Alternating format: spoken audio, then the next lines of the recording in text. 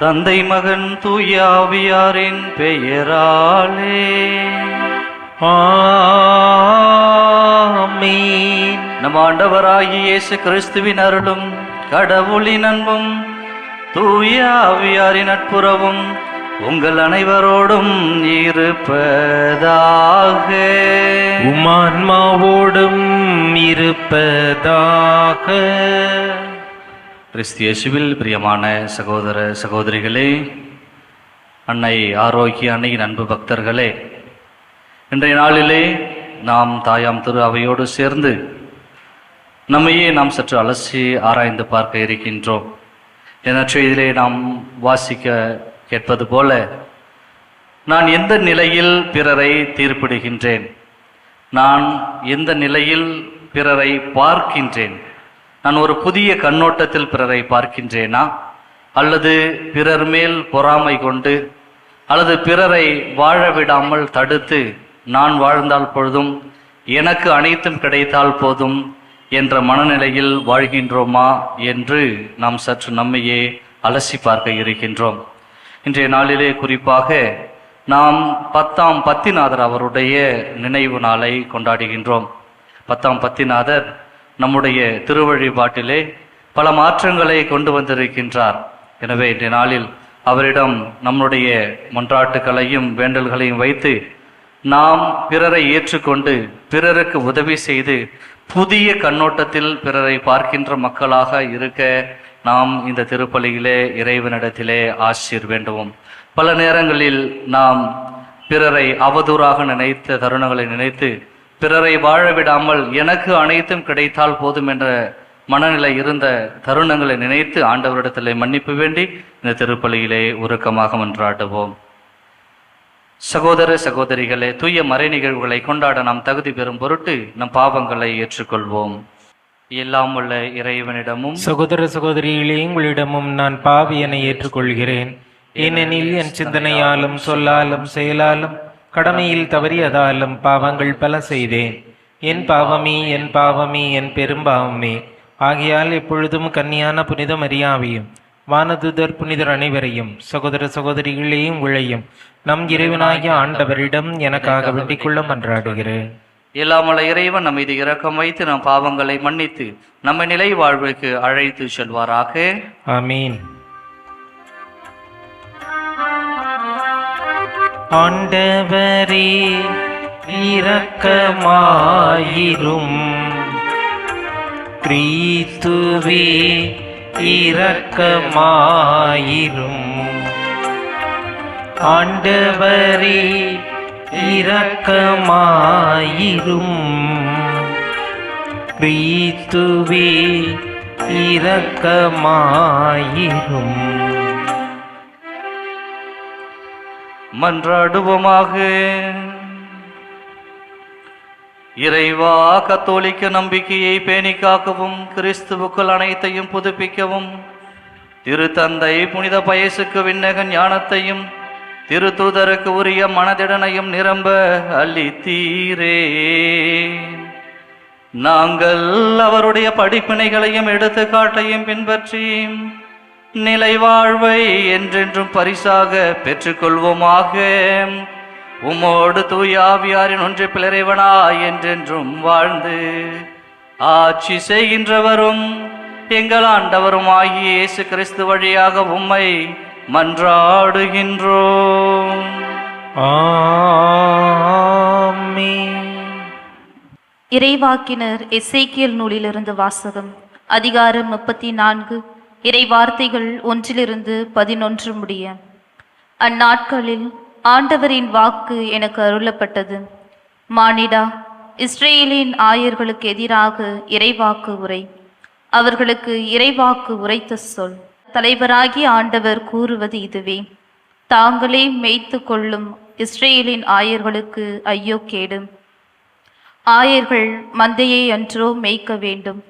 நீங்கள் கொழுப்பானதை உண்டு ஆட்டு மயிராடையை உடுத்தி மந்தையில் சிறந்ததை அடிக்கிறீர்கள். மந்தையையோ மேய்ப்பதில்லை. நீங்கள் நலிந்தவற்றை திடப்படுத்தவில்லை.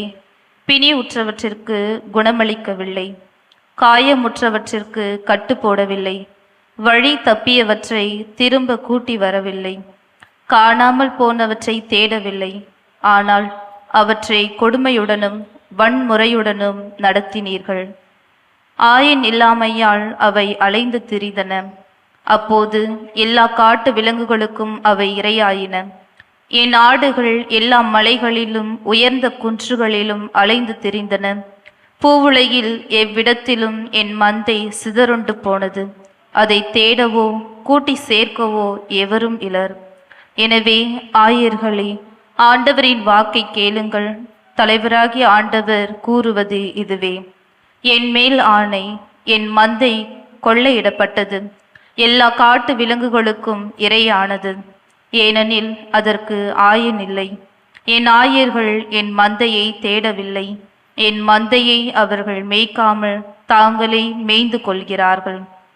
எனவே ஆயர்களே, ஆண்டவரின் வாக்கை கேளுங்கள்.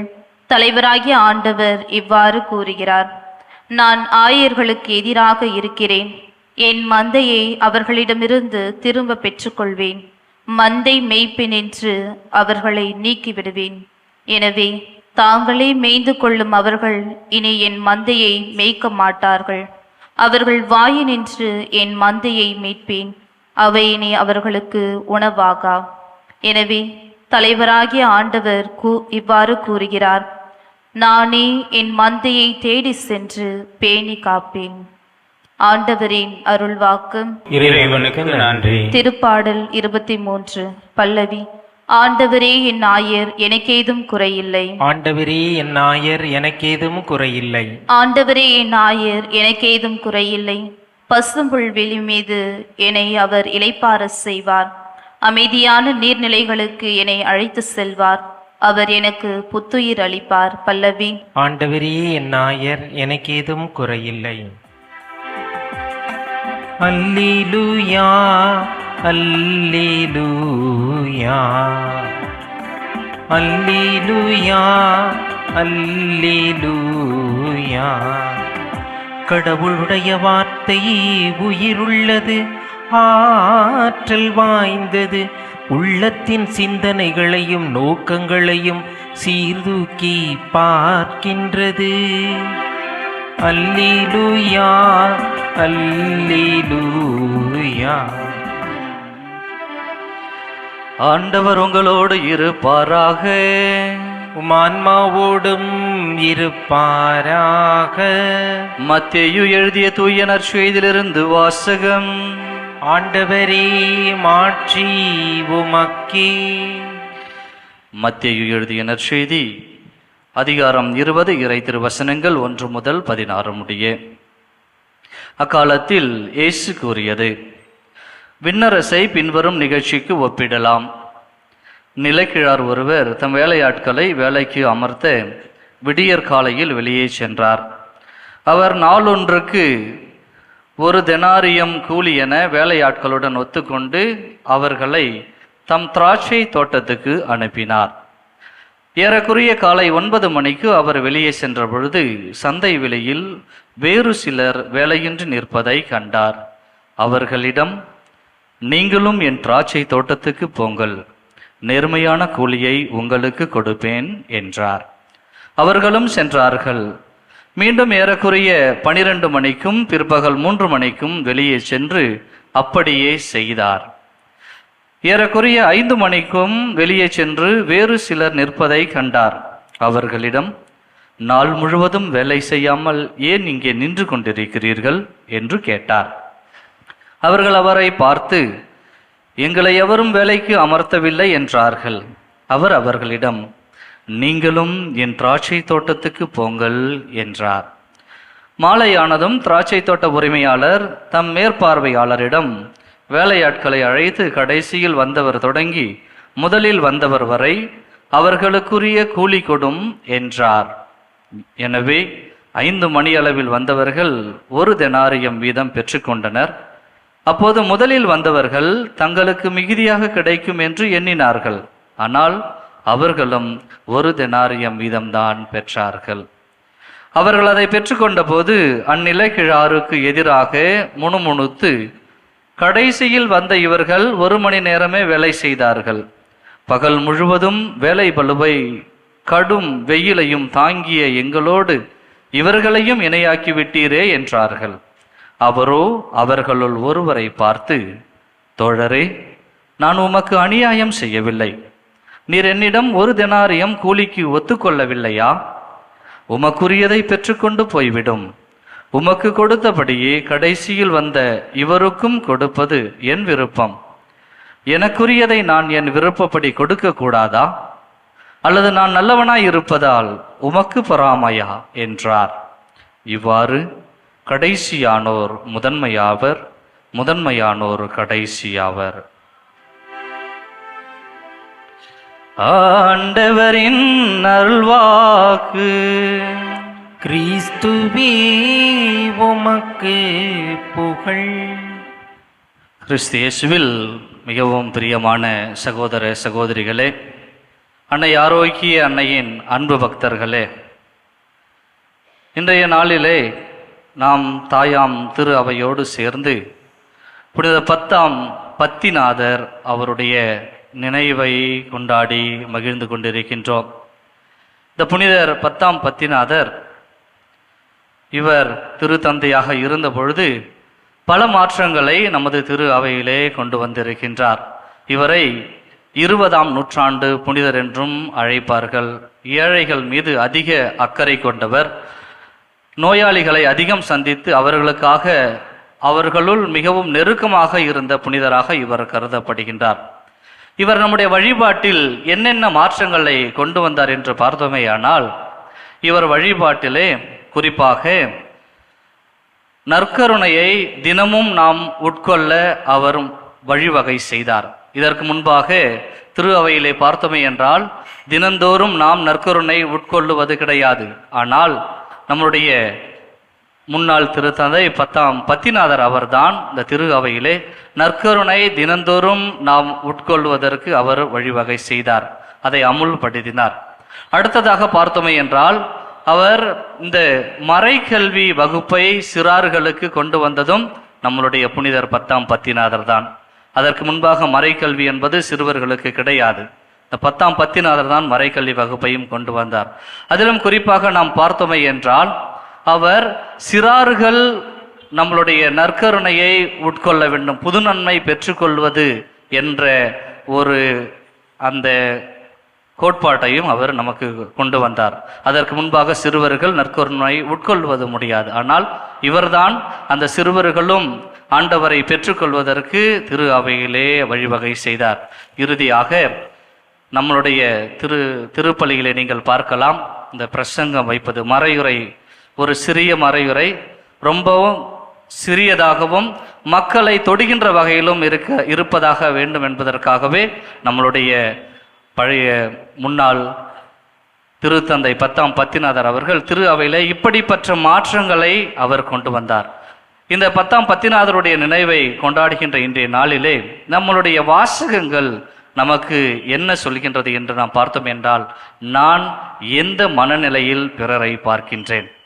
எதற்காக என்றால் இன்றைய நற்செய்தி வாசகத்திலே நிலைக்கிழார் அவர்கள் விடியற் காலையில் வேலைக்கு வந்தவரோடு மீண்டுமாக மாலை 5 மணிக்கு வேலைக்கு வந்தவரும் அனைவருக்கும் சேர்த்து 1 தெனாரியம் வழங்குகின்றார்.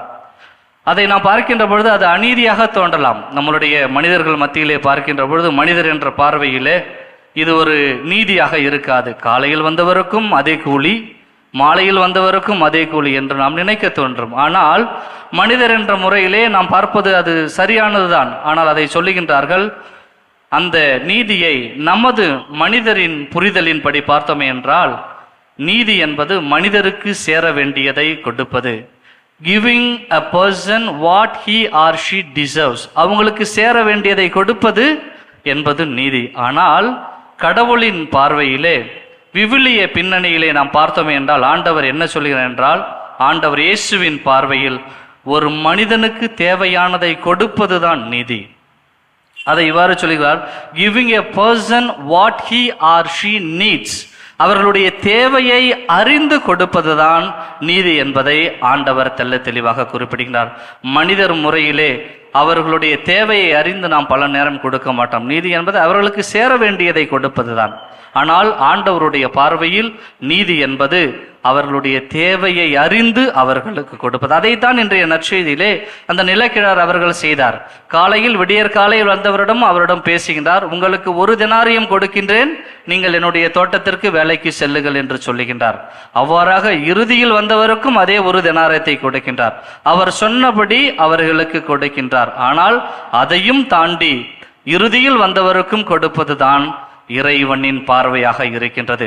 இந்த இறைவனின் பார்வையிலே, ஆண்டவர் இயேசுவின் பார்வையிலே பார்க்கின்ற பொழுது நமக்கு ஒரு 4 படிப்பினைகளை இன்றைய நற்செய்தியானது நமக்கு கொடுக்கின்றது. அது என்ன என்று பார்த்தோம் என்றால், முதலில் கடவுளின் பெருந்தன்மை. கடவுள் கொடுப்பவராகவே இருக்கின்றார். God's generosity. ஏனென்றால் முதலில் வந்தவருக்கும் அவர் 1 தெனாரியம் கொடுக்கின்றார், இறுதியில் வந்தவருக்கும் 1 தெனாரியம் கொடுக்கின்றார். ஆனால் மக்களுடைய பார்வையில் நாம் பார்ப்பது அது ஒரு அநீதியாக தோன்றலாம். கடவுள் பார்வையில் அவர் தாராள மனமுடையவராய் இருக்கின்றார். தாராளமாக மக்களுக்கு கொடுப்பவராக இன்றைய நாளிலே ஆண்டவரை நாம் பார்க்க முடிகின்றது. இரண்டாவதாக பார்த்தோமே என்றால், அவருடைய அந்த இறை ஆட்சியில் சமத்துவத்தை பார்க்கின்றோம். அங்கு ஒரு ஏற்றத்தாழ்வு என்பது கிடையாது, பெரியவர் சிறியவர் என்பது கிடையாது, காலையில் வந்தவர் மாலையில் வந்தவர் என்பது கிடையாது. ஆனால் அவர் அனைவரையும் சமமாக பார்க்கின்றார். நாம் பாவியாக இருந்தாலும் சரி, புனிதராக இருந்தாலும் சரி, ஆண்டவர் நம்மை பார்ப்பது அவருடைய அந்த பார்வையானது ஒரு சமத்துவ பார்வையாகவே இருக்கின்றது. மூன்றாவதாக பார்த்தோமே என்றால், கடவுளின் இரக்கம். கடவுளின் இரக்கத்தை ஆட்டிடியூட் டுவோர்ட்ஸ் கிரேஸ் என்று பார்க்கலாம். ஏனென்றால் மனிதர் என்ற முறையிலே நாம் அந்த இரக்கத்தை பார்ப்பது கிடையாது. நமக்கு என்ன தோன்றும்? காலையில் வந்தவருக்கும் அதே 1 தெனாரியம், மாலையில் வந்த எனக்கும் அதே 1 தெனாரியம் என்று பார்க்கின்ற பொழுது நாம் முணுமுணுக்க தோன்றும், பொறாமை வரும். நாம் நீதியாக பேசுகின்ற பொழுது அது ஒரு அநீதி என்றே நாம் சொல்ல முடியும். ஆனால் இங்கு ஆண்டவர் அவருடைய இரக்க செயலை காட்டுகின்றார். அனைவருக்கும் நான் சமமாக மதிக்கின்றேன், அனைவருக்கும் என்னால் முடிந்ததை கொடுக்கின்றேன் என்று அவருடைய அந்த இரக்கத்தை இங்கே ஆண்டவர் காட்டுகின்றார். இறுதியாக பார்த்தோமே என்றால், நான்காவதாக ஒரு புதிய அணுகுமுறையை ஆண்டவர் இயேசு கையாளுகின்றார். That is initiative to the new perspective. என்ன என்று பார்த்தோமே என்றால், அவருடைய தேவையை அறிந்து செய்வதுதான் ஒரு புதிய அணுகுமுறை. நாம் யாருமே தேவையை அறிந்து செய்ய மாட்டோம். ஓகே, நான் உன்னிக்கிட்ட ஒத்துக்கிட்டேன், நான் 1 தெனாரியம் கொடுக்கிறேன் என்று ஒத்துக்கொண்டேன் என்றால் அதை நான் உனக்கு கொடுக்கின்றேன். ஆனால் மற்றவருக்கும் அதையே நான் கொடுப்பதும் கொடுப்பாததும் என்னுடைய விருப்பம். ஆண்டவர் சொல்லுகின்றார், நான் நல்லவனாய் இருப்பது உனக்கு பிடிக்கவில்லையா என்று நிலக்கிழார் அவர்கள் நற்செய்தியிலே மிகவும் தெள்ள தெளிவாக கேட்கின்றார். இங்கு நாமும் நல்லவராக மதிக்கப்படுகின்றோமா என்று நாம் சற்று நம்மை சிந்தித்து பார்க்க வேண்டும். நானும் ஆண்டவரை போல ஒரு புதிய அணுகுமுறையை, யாரெல்லாம் தேவையில் இருக்கின்றார்களோ அவருடைய தேவையை அறிந்து நான் அவர்களுக்கு உதவி செய்கின்றேனா, அல்லது நான் உன்னிடம் பேசியபடி நான் இதைத்தான் பேசிக்கொண்டேன், இவ்வளவுதான் உனக்கு கொடுப்பேன் என்று என்னுடைய வாழ்க்கையில் நீதியை மட்டும் நான் பறைசாற்றி கொண்டு வாழ்கின்றேனா, அல்லது நீதியோடு சேர்த்து இரக்கத்தையும் இறைவன் விட்டு சென்ற அந்த புதிய பார்வையிலே நான் வாழ்கின்றேனா என்று நாம் சற்று சிந்திக்க இன்றைய நாளிலே அழைக்கப்படுகிறோம். நாம் பல நேரங்களிலே தவறி இருக்கலாம். அந்த இரக்கத்தை, கருணையை, இறைவன் கொடுத்த அந்த இரக்கத்தையும் கருணையையும் நாம் மறந்து நாம் நீதியின்படி வாழ்ந்திருக்கின்ற நேரத்திலே ஆண்டவர் சொல்லுகின்றார், ஒரு புதிய அணுகுமுறையை நாமும் பயன்படுத்த வேண்டும். அந்த புதிய அணுகுமுறை என்ன? பிறரின் தேவையை அறிந்து அவருக்கு உதவி செய்ய வேண்டும். எனவே பிரியமானவர்களே, இன்றைய நாளிலே பலர் அன்னையிடத்திலே பல வேண்டுதல்களோடு, பல கஷ்டங்களோடு, வேதனைகளோடு நாம் இங்கு வந்திருக்கிறோம். ஆனால் அன்னை சொல்லுகின்றார், நீங்கள் மற்றவருக்கு கொடுத்து உதவுங்கள். நீங்கள் மற்றவருக்கு கொடுப்பதன் மூலமாக என்னுடைய மகனும் உங்கள் மேல் கருணை உள்ளம் கொண்டவராக, இரக்கம் உள்ளவராக உங்களுக்கு வேண்டியவற்றை கொடுப்பார் என்று அன்னை நம்மிடம் கூறுவதாக நாம் நினைத்து கொண்டு தொடர்ந்து அந்த இறை ஆசிர் நமக்கு கிடைக்க இந்த திருப்பலியிலே மன்றாடுவோம். இறைவன் உங்களையும் என்னையும் ஆசீர்வதிப்பாராக. ஆமீன்.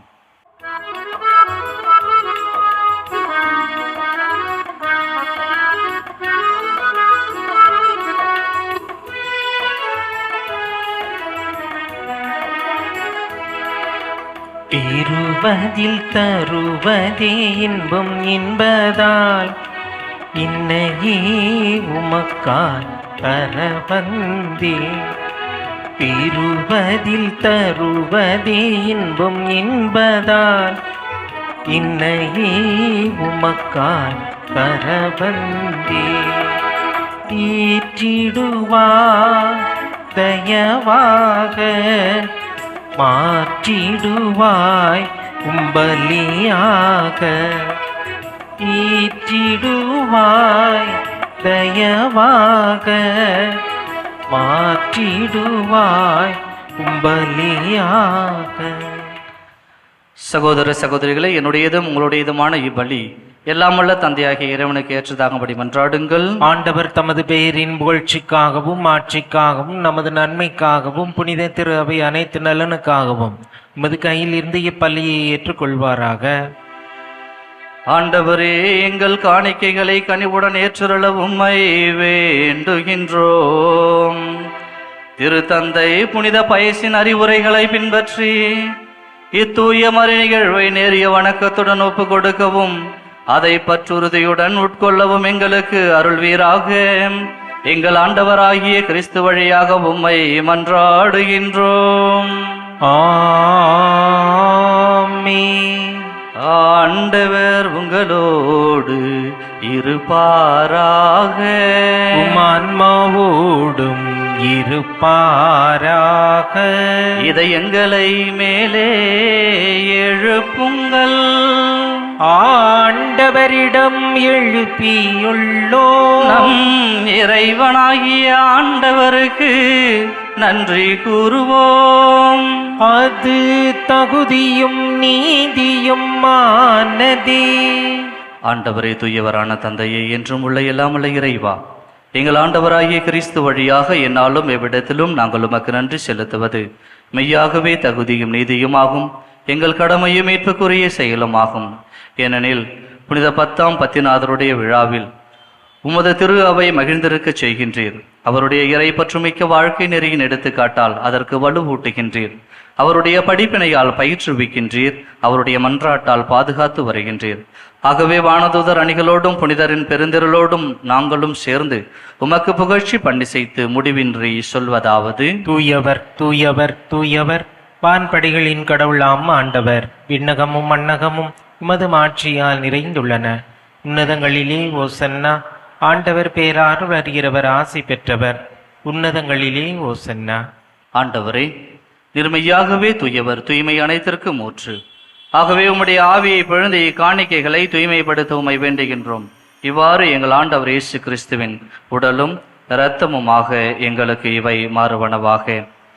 அவர் பாடுபட உளம் கனிந்து தம்மை கையளித்த போது அப்பத்தை எடுத்து நன்றி செலுத்தி அதை பிட்டு தம் சீடர்களுக்கு அளித்து இயேசு கூறியதாவது: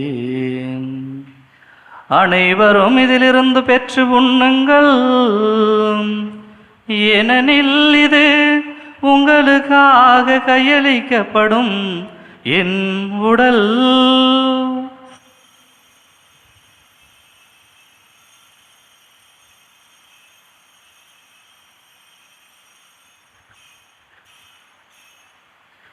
அவ்வண்ணமே இரவு விருந்தை அருந்திய பின் கிண்ணத்தையும் எடுத்து மீண்டும் உமக்கு நன்றி கூறி தம் சீடர்களுக்கு அளித்து இயேசு கூறியதாவது: அனைவரும் இதிலிருந்து பெற்று பருகுங்கள், ஏனெனில் இது புதிய நிலையான உடன்படிக்கைக்குரிய என் இரத்தத்தின் கிண்ணம்.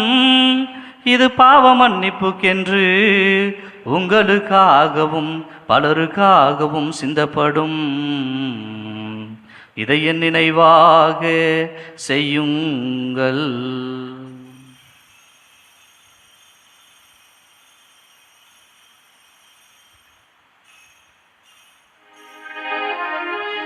நம்பிக்கையின் மறைபொருள்.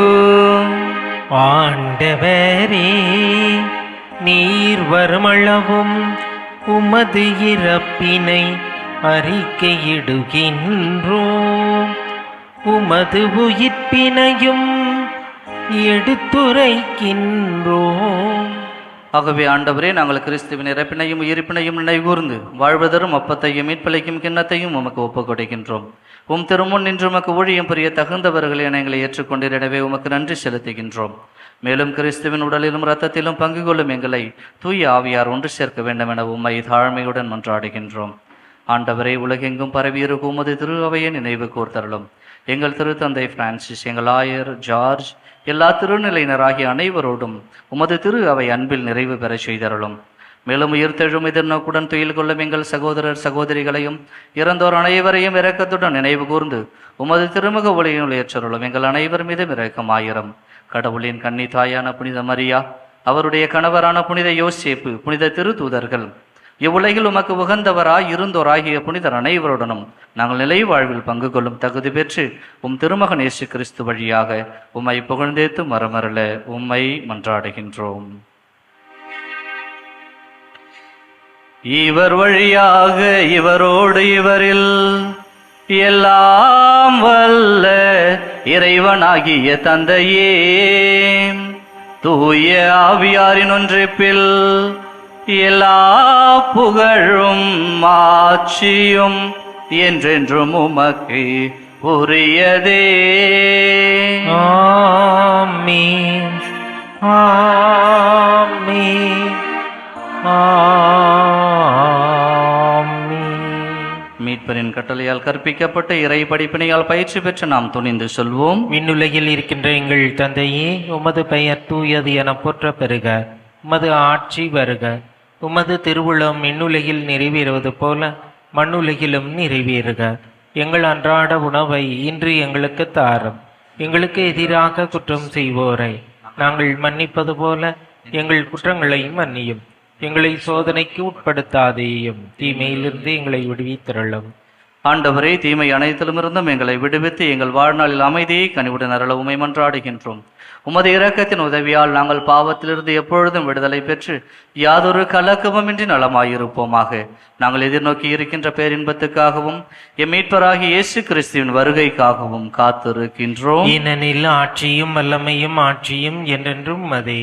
ஆண்டவர் இயேசு கிறிஸ்துவே, அமைதியை உங்களுக்கு விட்டுச் செல்கிறேன், என் அமைதியை உங்களுக்கு அளிக்கின்றேன் என்றும் திருத்துதர்களுக்கு மொழிந்தீரே. எங்கள் பாவங்களை பாராமல் உமது திரு அவையின் நம்பிக்கையை கண்ணோக்கி உமது திருவுளத்திற்கேற்ப அதற்கு அமைதியையும் ஒற்றுமையையும் அளித்தருள்வீராக. என்றென்றும் வாழ்ந்து ஆட்சி செய்கின்றவர் நீரே. ஆமென்.